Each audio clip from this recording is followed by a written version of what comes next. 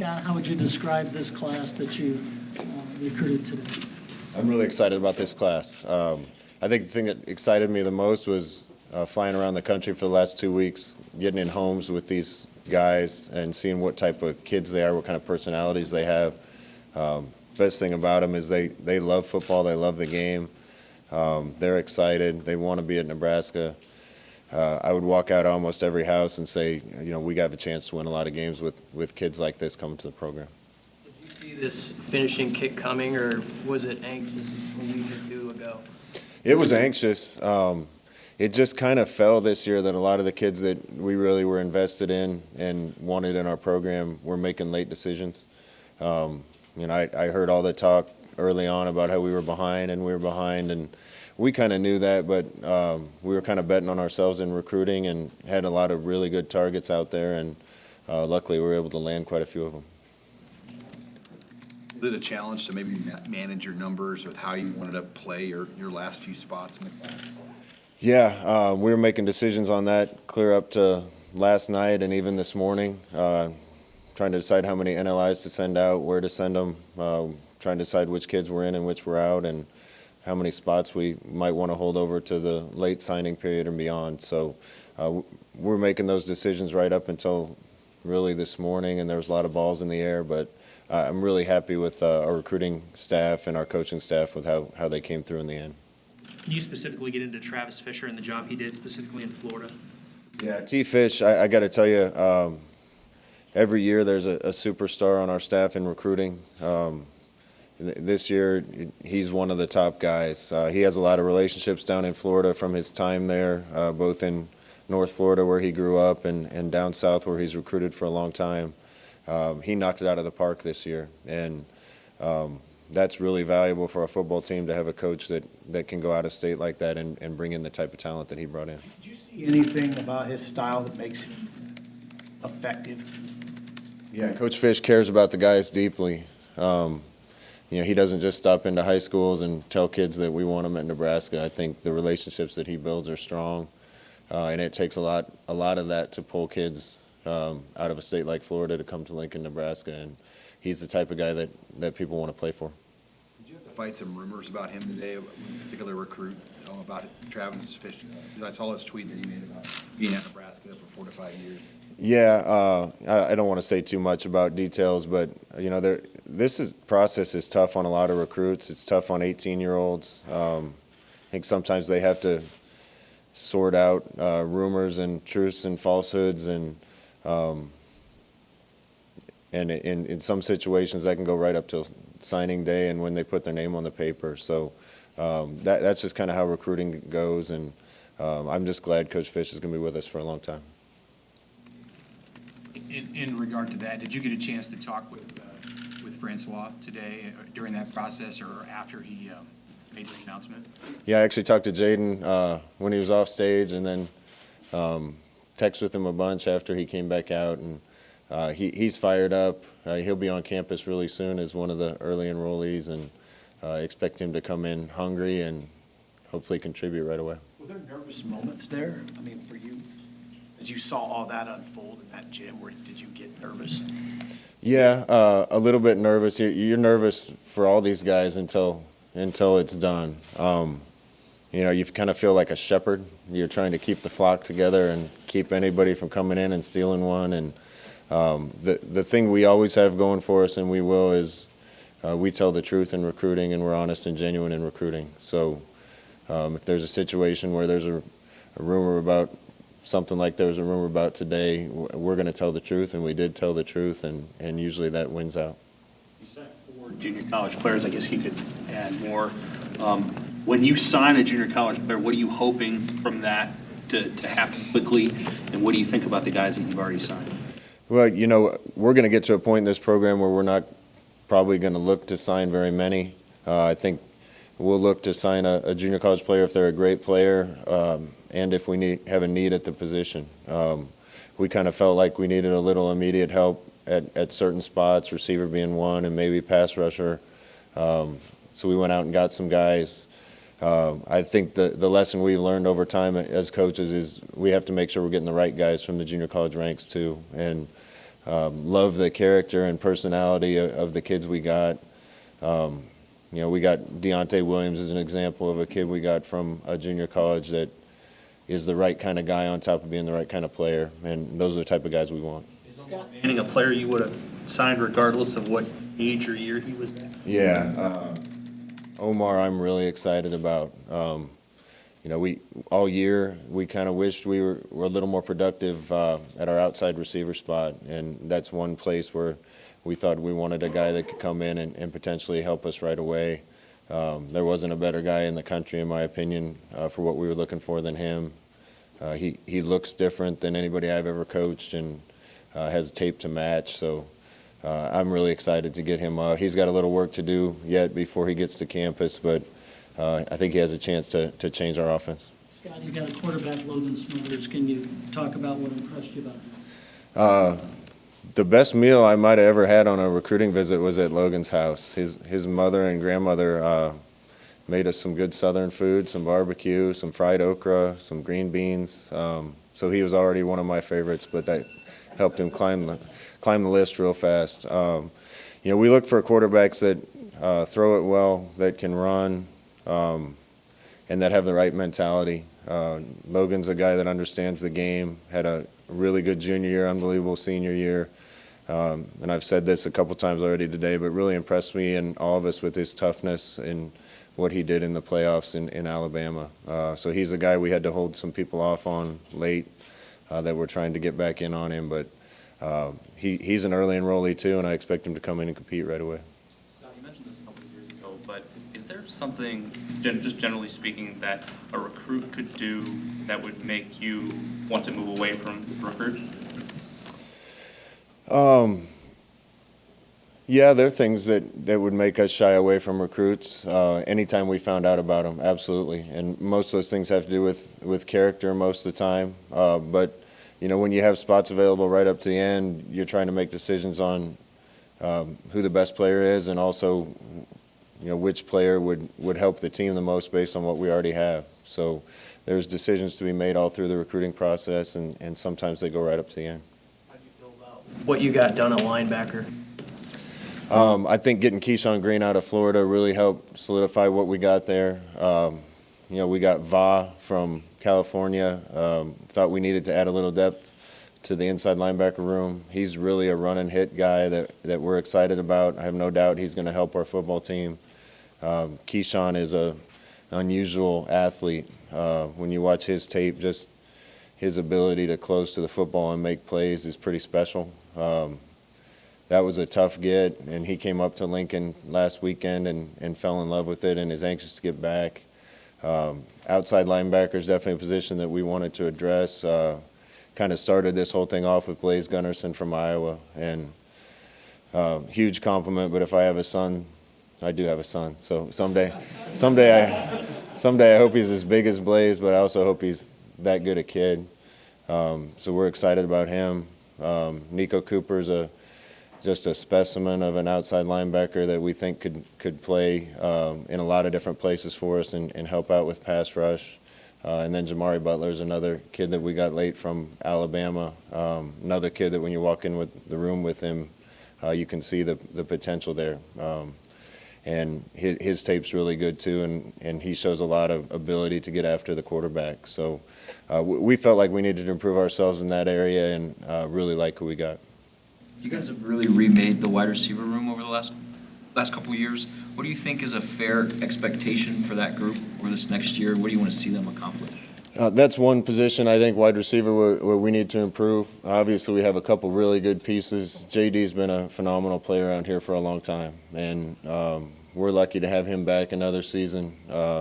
I'm excited to coach a guy that could be the all-time leading receiver in Nebraska history and have a piece of that as his coach. Really impressed with his toughness and what he's done for his entire career at Nebraska. Obviously, Wandale, everybody saw what he can do this year. Was ashamed to have him a little hurt at the end of the year, but we're excited about what he can bring next year. I think we got a lot of young receivers in the program already that we're excited to work with in spring. When you look at that position, And just being honest, when we came in as a coaching staff, we really only had 4 wide receivers on scholarship. We usually carry 10 or 11. So that was the position just by numbers that we kind of had to rebuild. And feel good about this class and where it's going to take us. We talked about Omar. Marcus Fleming's another kid from Florida that Fish did an unbelievable job recruiting. He can really go.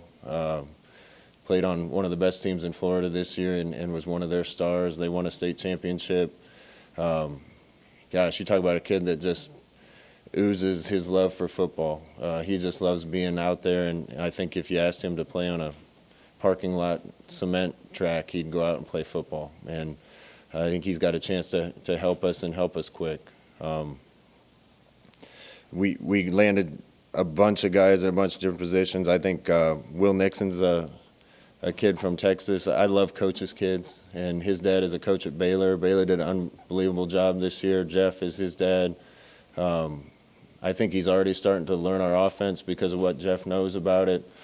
I think he's a guy that could play multiple spots for us, inside receiver, outside receiver, running back, a bunch of different places, and I think he's going to pick it up really fast. So we're excited about him. And then getting Alante Brown late was big for us too. Kind of the same type of guy. I think he can carry the ball for us. I think he can play inside. I think he can play outside. Changes direction really well. Has really good hands. It's also physical, and I think we did a lot to upgrade that position. Does the fact that Smothers walks into kind of a relatively loaded quarterback situation does that suggest anything about him?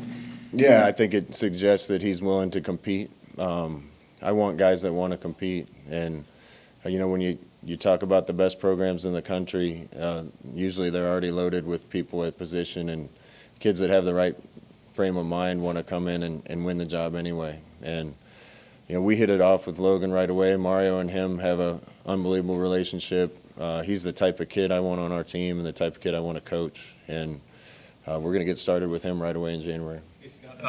You mentioned the toughness. A lot of these guys are in love of the game and being winners. Were those 3 of the most important characteristics, other than obviously talent, to bring guys? Yeah, you can evaluate kids from afar, watching highlight tapes and watching game tape, and I think we got people on our staff that are really good at evaluating the talent. What's harder is to go into the high school and see which kids are the type of kids that are going to fight through anything, and that'll play football anytime, anywhere, and just love the game and love to compete. And we need more of those guys. I think we landed a bunch of them in this class. I want guys that want to be around the team all the time, that want to be around the game all the time, and that are going to fight for what they want no matter what. And that really comes down to toughness and love for football. What did you think of your walk-on class? How many? I think you got 19. What do you think of those guys? Yeah, the walk-on class helped us a lot this year. I think in starting next year, it's just going to get to a point where it's helping us more and more. I think that level of support from the walk-on program and contribution from the walk-on program is going to increase every year. It's kind of highlighted, I think, by Isaac Gifford from right here in town. Gosh, we're so excited to have him on the team.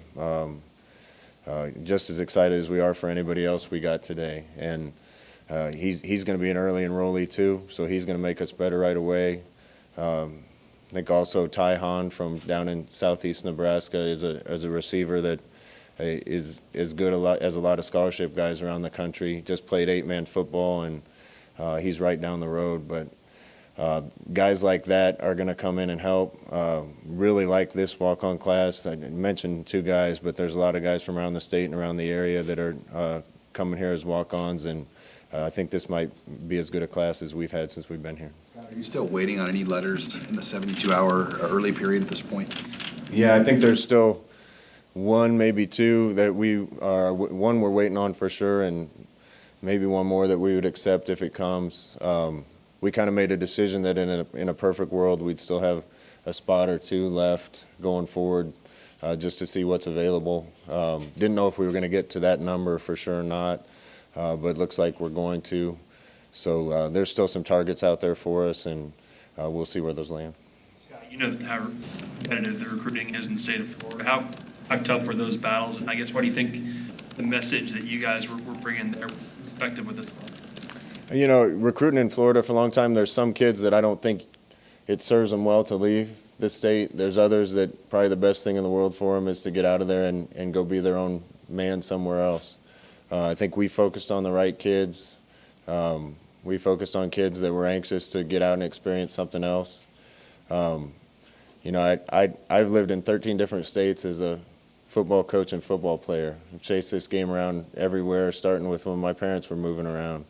And the experience of being in all those different places was unbelievable. I have friends from all over the country, acquaintances from all over the country, experiences that I wouldn't have gotten if I'd have stayed in one place. And I think some of those kids saw that they'd always have their family and friends at home and they could always go home, but if they didn't take a chance and try something like this, that's all they'd ever know.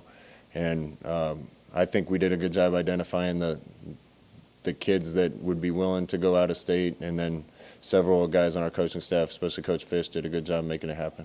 How unique was the in-home visit with Nash up in South Dakota? Well, we were never in a home, so that was unique. Pheasant hunting's a little easier in South Dakota right now than it is in Nebraska. There's a lot of birds up there. Probably my favorite home visit ever. We walked into a shed, looked at a bunch of whitetail antlers and some other hunting paraphernalia, and had something to eat, talked for a while, went out and walked 1/4 mile strip of uncut milo and limited out, and went home and hugged, and we got back on the plane. So that was unique, and Nash is a unique guy, and we're thrilled to have him on our football team. What did it mean relatively early on in this class to get a cornerstone type player like Turner Corcoran? Well, we fought hard for Turner. We had to start fighting early on for him. You know, I have to give a little bit of credit to his high school basketball coach that's a huge Nebraska fan and helped us along the way. But Turner hit it off with us. Turner hit it off with Coach Austin. You know, we're just up the road from where he lives, and he's as good offensive lineman as I saw on tape in the entire country. And we knew we were going to have very many spots for O-linemen. Ended up getting 2, both from the state of Kansas, that we feel great about. And Turner really was the cornerstone for this whole recruiting class. What do you like about the 2 running backs that you signed in this class? First thing I like about them is when I'm on the phone or FaceTime with them, they just always got a smile on their face. They make me happy. So they're the type of kids that I want to be around.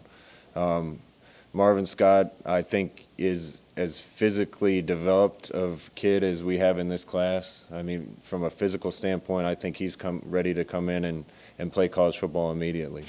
Really strong, really well built, in good shape. I think he's going to be prepared to come and compete and contribute right away. Savion, same type of kid, always has a smile on his face. I just love talking to him. Savion's a complete back. You know, I think at times this year, if we were going to run certain plays in our offense, we wanted one guy out there, and if we were going to do other things, we needed another guy out there. And it makes life a lot easier as a play caller if one guy can do all those things. And Savion's that type of running back, catches it well, runs it well, has speed, can run between the tackles with his size. So he's really an all-around guy. How would you characterize the quarterback competition that Logan's walking into? I mean, this is so wide open. I can tell which article you're going to write.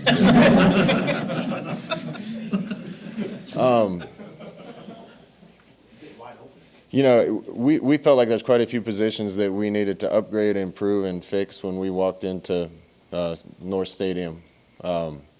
Quarterback's one that we've gotten right, and we've gotten it right pretty fast. You know, we did a good job getting Adrian here. I think people can see the type of talent Adrian has and all the plays that he's made wearing a Nebraska uniform.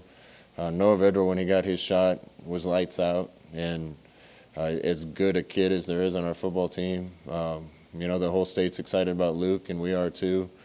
So we have 3 good ones in the program, and some other guys that are doing well. Matt Masker and from Kearney Catholic, right in the Lou Platte. And you know, it's a crowded room right now. That can change quick. You never know what's going to happen through injury or anything else.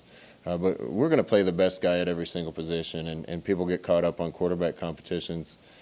There's a competition every day at every position, and all those guys are going to get a chance to show what they can do, and we're thrilled to have all of them on our team. Scott, when you went into places like Oklahoma and Alabama, and, you know, of course, a lot of guys in Florida. What did you get, what kind of sense did you get about the, you know, the feelings about Nebraska football in those places that are somewhat hotbeds for college football today? Yeah, it was awesome for me to go around all those places and have people tell me, man, Coach, we can see it coming. Man, you're close. Man, a couple more pieces and you guys are there. And that wasn't us saying those things. That was coaches and players in other places recognizing it when they're watching games. And if we were a few pieces short or coming up just a little short in some games this year, hopefully we got a bunch of those pieces in this class. And it's important for us to, if we want the team that everybody around here wants, to keep stacking recruiting classes like this and making sure we have talent and depth at every spot. Scott, this is year 3 for you with recruiting classes. Put this in perspective. Where is this program headed? I don't have any different opinion where this program's headed than I did when I took the job. We knew it was going to be a lot of work. We knew it wasn't in the best place. And there was a lot of things that we were going to have to do to make the program look like we wanted it to look. You never know how fast those results are going to come, and that's why when you guys ask me questions, I say I just want to be better than I was yesterday, and we want to be better than we were yesterday. I think we're going a long way to addressing these things. You say it's our 3rd recruiting class. The tough part about the first recruiting class is we had about 3 weeks to recruit it, and I think we did really well in some areas and missed on some other things, and did the best we could in a short amount of time. But this is really the 2nd class we've had where we've had a whole year to work and make sure we're getting the right guys and people that fit us. And I think between guys we got in that first class and these last 2 classes we put together, it's really starting to look like it needs to look from a talent perspective. Two more. Any resolution, talking about resolution with Maurice Washington, if he has a path back? We're actually going to meet with Maurice tomorrow and try to come to a little bit of resolution on what's going to happen, and I'll have more for you after that. Yeah, we had a lot of guys that had minor surgeries just to get things cleaned up. Had quite a few guys that were tough and playing through some things at the end of the year. So there's several guys, including Adrian, that had minor surgeries and, well, no surgeries, minor. They had surgeries, and we're expecting all of them to be back for spring ball. How much more hurt was he than maybe we as the media or fans realize? Well, we don't talk about that stuff, and all I'll tell you is I think the kid's a trooper for battling through what he battled through this year. And he's not alone. Several other guys were gutting things out and fighting for the team. And that's football. You know, I've had 7 surgeries as a football player, and you come back healthier and better every time you get one. And I think a lot of those guys' play will improve when they're 100% healthy. Will you be good for the spring, Adrian? Yeah, everybody that had surgery, I think, will be ready for spring ball. Scott, do you have anything you can say about the 2 guys, the 2 former guys who were in court last week? And there were accusations that were made against them that went back before they were removed from the team. Did you have any knowledge of any of those before August? Yeah, you know, a lot of those things are things that I can't talk about publicly. All I can tell you is the minute we were made aware of any accusation, we funneled it to the person we're supposed to report Title IX issues to, immediately suspended them indefinitely from the team and removed them from all football activities, and then we let Title IX and authorities do their job. If there's a Title IX investigation that you don't initiate, if it comes from someone else, are you made aware of that in any way if it doesn't start with you? I think if it has to do with our football players and it's serious enough, then they'll make me aware.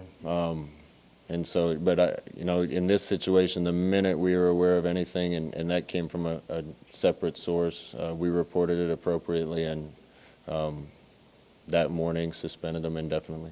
All right. Thank you, Coach.